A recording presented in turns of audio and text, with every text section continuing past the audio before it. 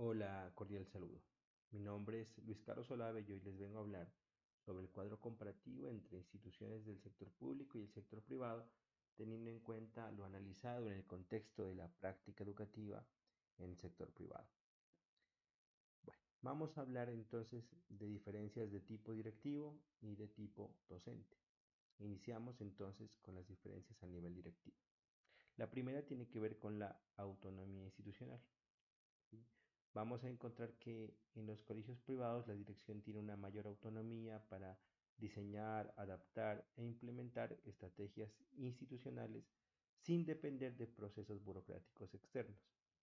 El rector y los coordinadores en ese sentido pueden, primero, definir sus propios planes operativos anuales y ajustarlos también con rapidez, tomar decisiones inmediatas en distribución de recursos, contratación o ajustes curriculares, implementar sistemas propios de seguimiento y evaluación como registros internos, plataformas institucionales, bases de datos organizadas por la misma institución. Vamos a ver ahora que en el sector público la dirección está condicionada por lo siguiente. Primero, normativas nacionales y municipales. Segundo, por el POA y el PEI también, que es el Plan Educativo Institucional, que debe ajustarse estrictamente a los lineamientos de la Secretaría de Educación. Y finalmente por los procesos de contratación y compra, ya que dependen de sistemas como el SECOP y aprobaciones externas. ¿Esto qué hace? Hace que la toma de decisiones sea más lenta y con menor margen de flexibilidad. Luego pasamos al aspecto de la cultura organizacional. Vamos a ver que en el privado hay una identidad institucional religiosa y filosófica, en el caso concreto pues, de la de la institución educativa en la que se realiza la práctica, ¿sí? Hay unos procesos de inducción como carteleras, proyectos y rituales que reflejan, por así decirlo, la pertenencia, ¿sí? Y también refuerzan la misión y la visión. Igualmente hay un trabajo en equipo articulado, existe un equipo misional, unos comités, unos líderes de área y esto ¿qué hace? Lo que hace es facilitar la participación y la cohesión. Mientras tanto, en el sector público, sí, vamos a ver que el liderazgo suele ser más participativo, sí, suele ser más administrativo también, sí, enfocado en cumplir las metas del Ministerio de Educación Nacional, no necesariamente un proyecto institucional propio, esa es una deficiencia. Además está condicionado por la rotación frecuente de los rectores por concursos de méritos o encargos. ¿Sí? ¿Y esto qué hace? Dificulta entonces la construcción de una cultura organizacional estable y también profundamente interiorizada, por así decirlo. Luego pasamos al aspecto del seguimiento académico y disciplinario. Entonces vemos que en los colegios privados se hace uso de herramientas como el Google Drive para el registro de asistencia, plataformas internas para calificaciones, boletas de seguimiento para convivencia, registro detallado de egresados y su desempeño, comités y reuniones periódicas de seguimiento académico, ¿sí? Entonces vamos a ver que a diferencia entonces del sector público, aunque existen sistemas muy importantes, ¿sí? Como el CINEP, el CIMAT, el, el SIGCE, ¿sí? Y plataformas dispuestas por el Ministerio de Educación Nacional, muchas instituciones, primero que todo, no tienen o conectividad o no tienen plataformas internas propias, si dependen ya de otras instituciones. Muchas instituciones tampoco pueden llevar registros, ¿sí? Porque las herramientas son manuales en gran parte, ¿sí? Y por lo tanto no están integradas. Además, la gestión de datos depende del acceso a recursos tecnológicos o conectividad que ya hemos mencionado anteriormente en el primer punto, ¿sí? Lo cual varía significativamente entre instituciones. De hecho, este es un problema que lo he podido observar directamente, ¿sí? Y aunque actualmente el gobierno departamental, por lo menos acá en el departamento de Nariño, ha implementado una política de conectividad, pero sí es notorio que muchas instituciones han sufrido este problema, ¿sí? Entonces, vamos a ver que esto acarrea consecuencias para todos los aspectos que ya hemos mencionado. Luego vamos al nivel docente y en el nivel docente entonces encontramos primero el aspecto de las metodologías. ¿Sí? Vamos a ver que en cuanto a metodologías en el sector privado, ¿sí? Primero existe un aprendizaje basado en proyectos, más conocido como ABP, una gamificación, utilizar el juego en pro del conocimiento, que es algo muy atractivo, muy llamativo, sobre todo para estas nuevas generaciones. Debates y discusiones críticas, espacios muy importantes también para el pensamiento reflexivo y crítico.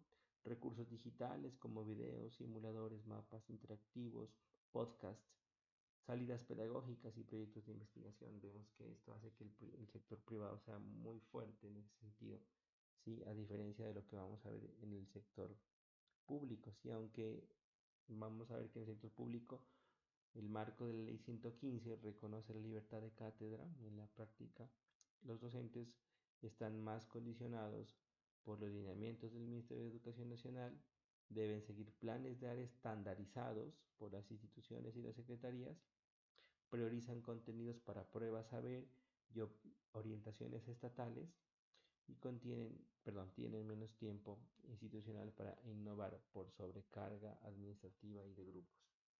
Vamos a ver aquí que es una desventaja bastante grande, puesto que hablando de los grupos, el sector público atiende grupos muy numerosos y hay casos de aulas de clase en las cuales conviven más de 40, 45 estudiantes, ¿sí? En comparación al sector privado donde hay espacios más amplios y un menor número de estudiantes y eso facilita también el acceso a una educación personalizada y sobre todo pues que los docentes no tengan que trabajar bajo sobrecarga. Si bien esto no es una característica de todas las instituciones públicas ni de todos los docentes, pero sí se presenta en muchos casos. Segundo, la atención a la diversidad. Si esto lo vamos a ver directamente en el aspecto de inclusión.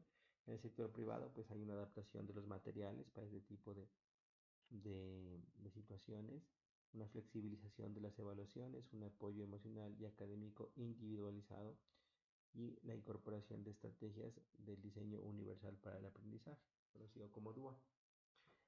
Mientras que en el sector público, los docentes enfrentan grupos numerosos, que lo habíamos mencionado en el anterior punto. No siempre existe un personal interdisciplinario suficiente, psicólogos, orientadores. Es muy interesante hablar de inclusión y también es muy importante.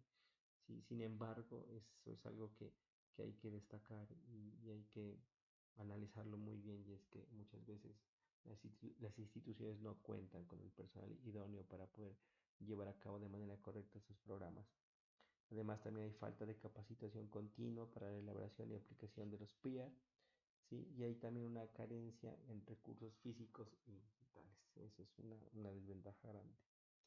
Luego vamos con la evaluación. Entonces, en el sector privado tenemos una evaluación más formativa, continua, diversificada, contiene portafolios, proyectos, presentaciones, autoevaluación, coevaluación, instrumentos variados también como rúbricas, evaluaciones prácticas, debates, trabajos creativos, entre otros. Sí, mientras que en el sector público encontramos un condicionamiento a los lineamientos del Ministerio de Educación Nacional, los estándares básicos de competencia, que es algo que nos persigue hace muchísimo tiempo, si no estoy mal, desde el año 2002 aproximadamente. La necesidad de preparar estudiantes para las pruebas saber, miramos que los colegios públicos están muy condicionados por los resultados de las pruebas, cosa que no es algo malo en sí, pero pues lleva a tomar como una dirección única basada en ese sentido y no en otros aspectos que también son importantes de atender. Estructuras institucionales menos flexibles para diversificar instrumentos y un menor tiempo para una retroalimentación profunda. Entonces vamos a ver que aquí también se encuentran en desventaja. Y finalmente el uso de las TIC y la investigación en el sector privado, pues vamos a ver que hay una incorporación prácticamente constante y seguida de los docentes de las TIC en las aulas de clase, ¿sí? Con plataformas educativas, simuladores, mapas interactivos, líneas de tiempo digitales, fuentes académicas digitales, proyectos de investigación guiada, mientras que en el sector público, sí, aunque Hay docentes que integran e incluso se preparan con posgrados y demás en TIC, sí, se enfrentan limitaciones en conectividad, sí, algo que ya hemos afirmado anteriormente, escasez de dispositivos, eso es un problema bastante concurrente en las instituciones públicas, puesto que se puede ver instituciones con un gran número de estudiantes en cada uno de los grados y vamos a observar aulas de informática, ¿sí? Para un grupo de 40, 45 estudiantes, aulas de informática con 30 computadores. Eso pues imposibilita que los estudiantes puedan tener un acceso individual a estas herramientas. Infraestructura tecnológica insuficiente, eso es muy claro en la mayoría de las instituciones educativas. Sobrecarga de grupos que dificulta el acompañamiento personalizado, ya hemos hablado de esto. Y finalmente una capacitación desigual en herramientas digitales. Si bien los docentes de instituciones públicas poco a poco han sido orientados en todas estas herramientas y ahora que está de moda también el tema de la IA, pero pues miramos que los docentes de instituciones privadas llevan una delantera en términos generales.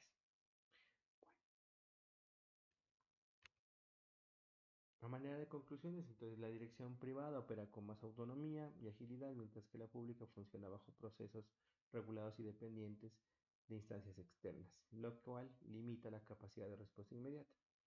El sector privado desarrolla una identidad institucional sólida y continua, mientras que en el sector público la cultura depende más de factores externos y de la rotación administrativa. La dirección privada suele tener mayor capacidad de control interno mediante herramientas tecnológicas propias, mientras que la pública depende de sistemas más estandarizados y menos personalizables. El docente privado dispone, o de la institución privada, dispone de mayor margen para innovar, mientras el docente de una institución pública trabaja en un marco más curricular, regulado y condicionado por lineamientos ministeriales y pruebas externas. En el sector privado, el docente puede aplicar ajustes más individualizados y consistentes, mientras que en el sector público la inclusión depende de recursos limitados, alta matrícula y carga institucional. En el sector privado la evaluación es más variada, creativa y centrada en procesos, mientras que en el sector público suele ser más normativa y centrada en resultados y estándares nacionales. Finalmente, en el sector privado las TIC se integran de forma constante, planificada y con recursos, mientras que en el sector público su uso depende de infraestructura, conectividad, formación docente, lo que genera una desigualdad en la calidad de la implementación. Muchas gracias por su atención, nos vemos en una próxima ocasión.